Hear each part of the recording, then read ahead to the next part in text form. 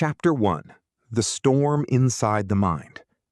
Most people believe consciousness is just thought. They assume the voice narrating their life is the same as the awareness living it.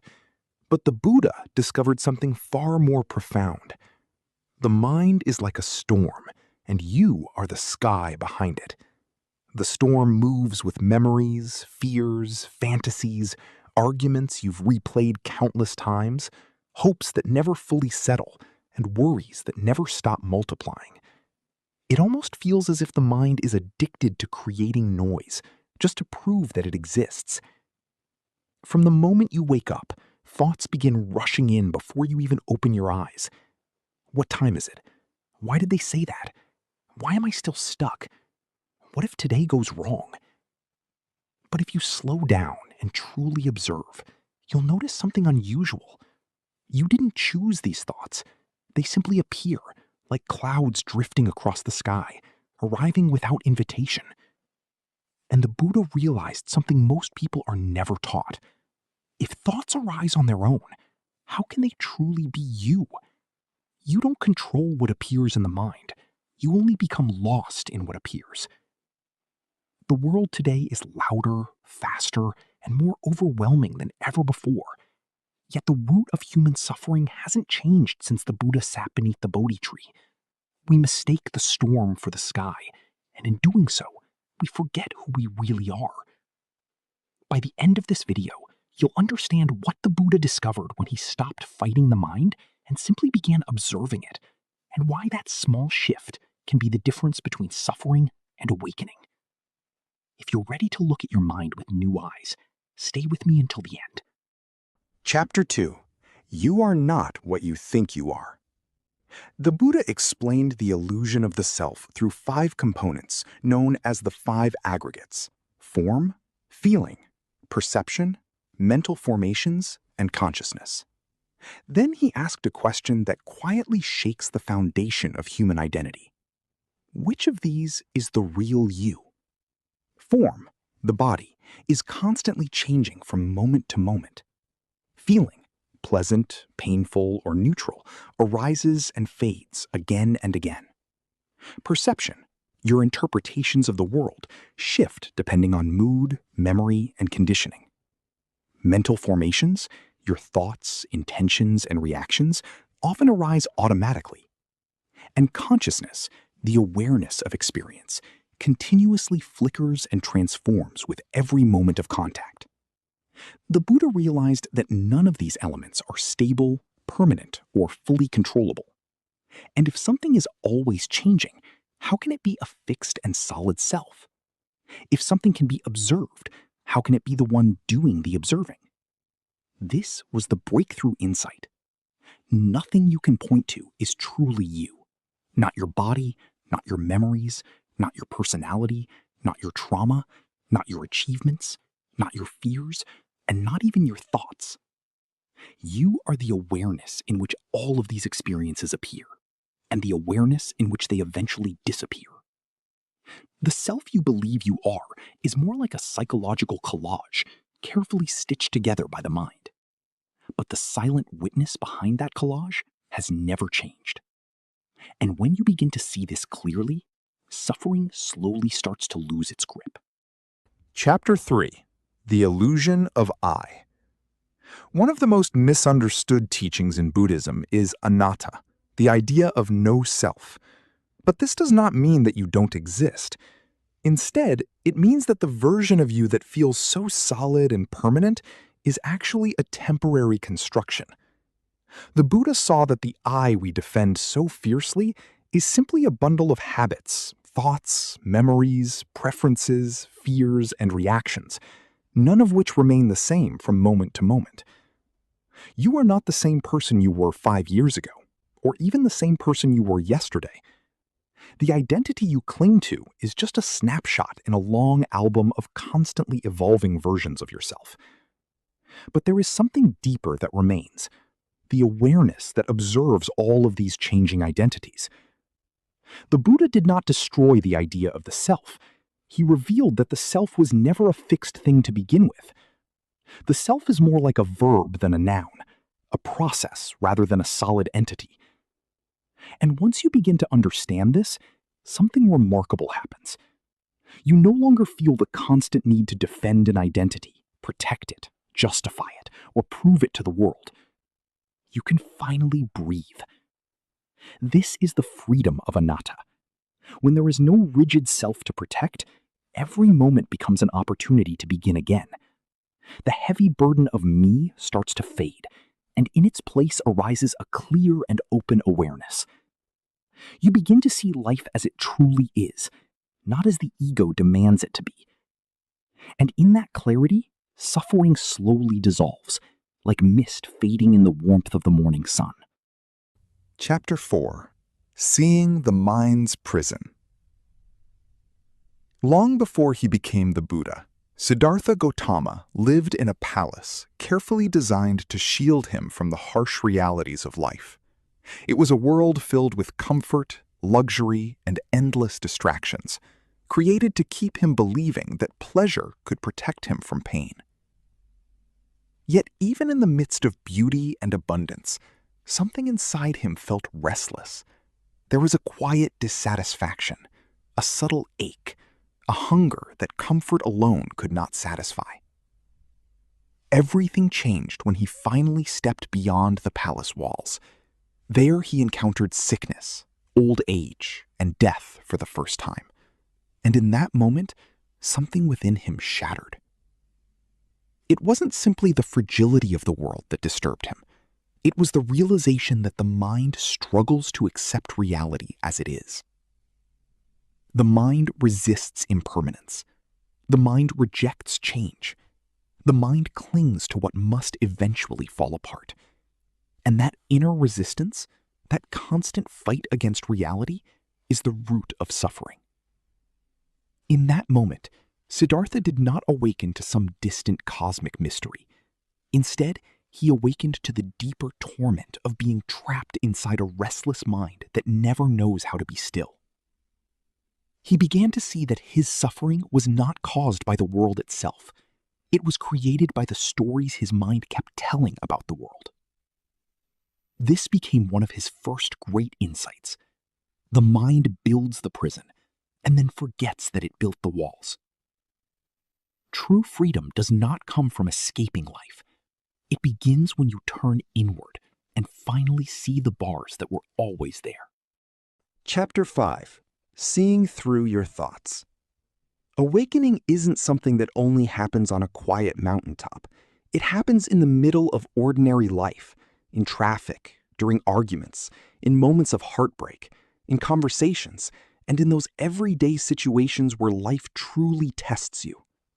The Buddha did not awaken so that people could simply worship him. He awakened to show that awakening is possible for everyone. Imagine you're in the middle of an argument, and suddenly a voice in your mind says, "They're disrespecting you." That voice isn't truly you.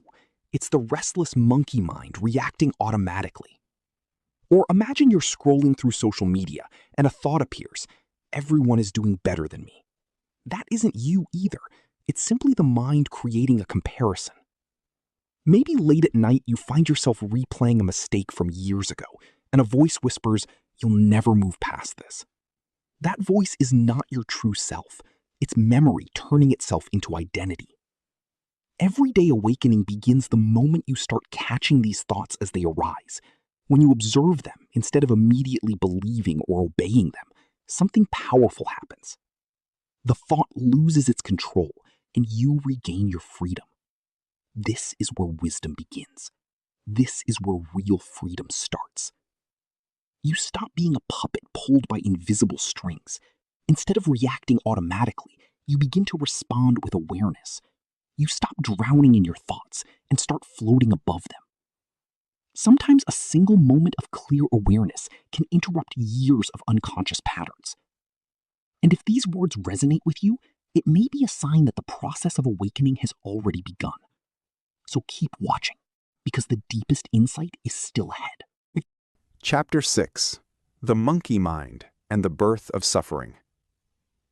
The Buddha often described the human mind as a monkey mind, restless, impulsive, and constantly jumping from one thought to another. It grasps, rejects, craves, fears, and rarely feels satisfied or still.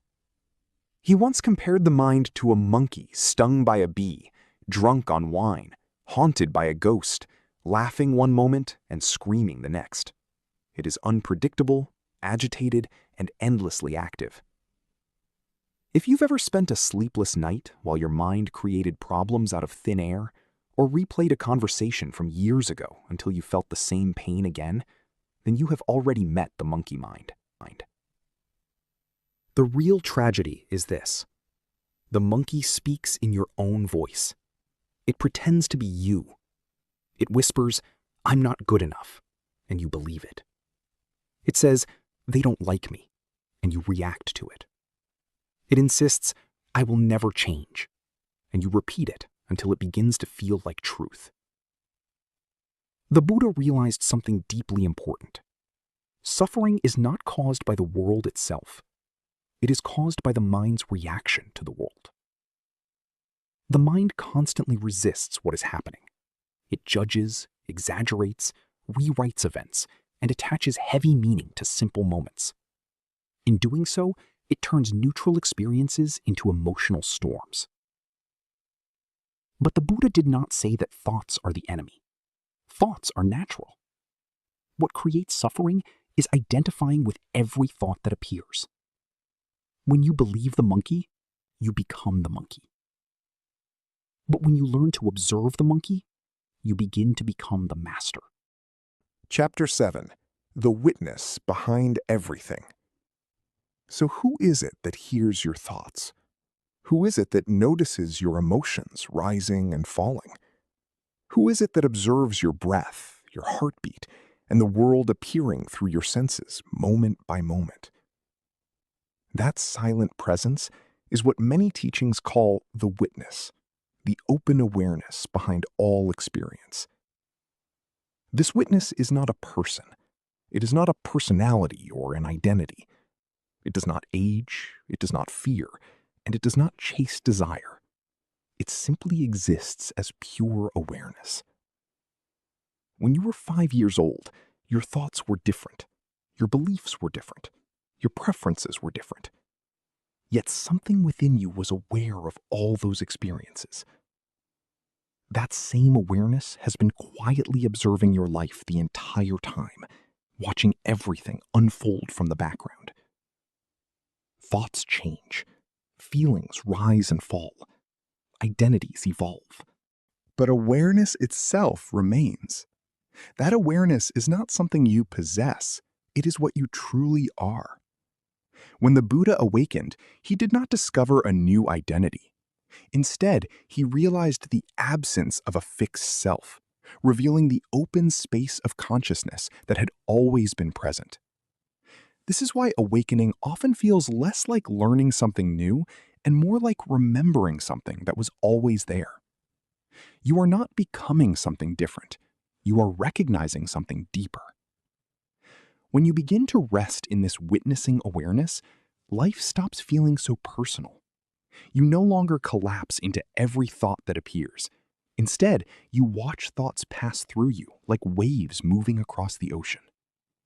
Emotions still arise, but you no longer cling to them. You allow them to rise and fall naturally, like the rhythm of the tide. And in that moment, you stop believing you are the storm and remember that you are the sky behind it. Chapter 8. Emptiness is freedom.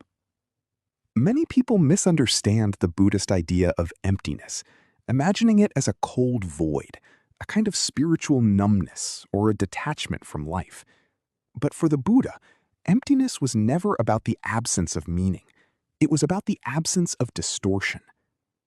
When the mind drops its constant labeling, its projections, assumptions, fears, and judgments, you begin to experience reality more directly. A tree is no longer good or bad, useful or in the way, beautiful or ordinary. It simply is. That simple clarity is what emptiness points to. It means the mind is no longer crowded with endless interpretations. Instead, there is space. Space to see things as they truly are. Emptiness is the quiet space between stimulus and reaction, the moment where awareness appears before the mind rushes to judge or resist. In that space, you gain the freedom to choose how you respond. Emptiness means seeing life without the heavy burden of "this should be different." It is awareness free from attachment, where experiences are allowed to arise and pass naturally. In this open space, thoughts lose their stickiness. Emotions lose their tight grip. Even fear begins to lose its power. Emptiness is not nothingness. Emptiness is freedom. The freedom to experience life without being trapped inside your own mental commentary. When the Buddha realized this, the world did not become dull or empty. In fact, it became more vivid than ever. Colors appeared brighter. Sounds felt deeper. Life revealed itself with a clarity that only an uncluttered mind can perceive. And that same clarity already exists within you. It has never disappeared. It has only been hidden behind the constant noise of thought. Chapter 9. Watching the Mind Instead of Being the Mind. Under the Bodhi tree, Siddhartha Gautama did not try to silence his thoughts. Instead, he simply observed them. That was the essence of his practice. Not force, not suppression, not control, but quiet observation. He watched desires arise like sparks of fire and fade back into darkness. He watched fear swell like a wave and slowly dissolve. He watched memories pass through his mind like clouds drifting across the sky. He noticed fantasies trying to seduce him, shame trying to scold him, and doubt trying to attack him. And through this careful observation, he realized something profound. None of these thoughts had real power unless he clung to them. When he stopped reacting, the thoughts lost their fuel. When he stopped identifying with them, they lost their authority. And when he stopped believing every thought that appeared, they lost their sense of reality. The Buddha's awakening was not the disappearance of thoughts. It was the end of identifying with them. His perspective shifted from "I am thinking" to simply "thinking is happening." That small shift holds the seed of enlightenment. Modern life trains us to do the opposite. We are encouraged to multitask, react instantly, stay constantly stimulated, busy, and distracted. But the Buddha discovered freedom by moving in the opposite direction. When you watch the mind without judgment, something remarkable begins to happen. A small gap appears between you and your thoughts. And within that gap, you discover a silence that has always been there, a peace deeper than emotion, and a clarity untouched by chaos. In that moment, the mind becomes like a movie playing on a screen, and you finally realize you are not the main character inside it. Chapter 10. The Beginning of Freedom. The Buddha's enlightenment was not some dramatic cosmic event. It was a quiet realization, the understanding that everything he believed himself to be was never truly solid or permanent. He did not become divine. He simply became free. Free from clinging, free from fear, free from the illusions created by the restless mind, free from the constant story of me. And this same freedom can be tasted in small moments, every time you pause and recognize, I am observing this thought. In that instant, something shifts. The spell of the mind begins to loosen. Suffering loses its grip, and awareness quietly returns to the center. From that place, you begin to respond to life with clarity, compassion, and steadiness, rather than reacting from fear, ego, or impulse. This is the heart of the Buddha's teaching. Suffering ends when identification ends. You don't need to fix the mind. You only need to stop believing everything it says. You don't have to silence the mind. You simply stop mistaking it for who you are. This is the freedom the Buddha pointed toward. A freedom already present in the awareness that is listening to these words right now. And if this message helped you see your thoughts more clearly instead of being carried away by them, take a moment to support the journey. Like the video, subscribe to the channel, and share it with someone who might need this reminder. Because this is not the end of your journey. It is only the beginning of seeing life with new eyes. Awakening is not a place you travel to. It is something you recognize. And with every moment of awareness, you are already one step closer. Subscribe and awaken your mind with Wisdom Kingdom.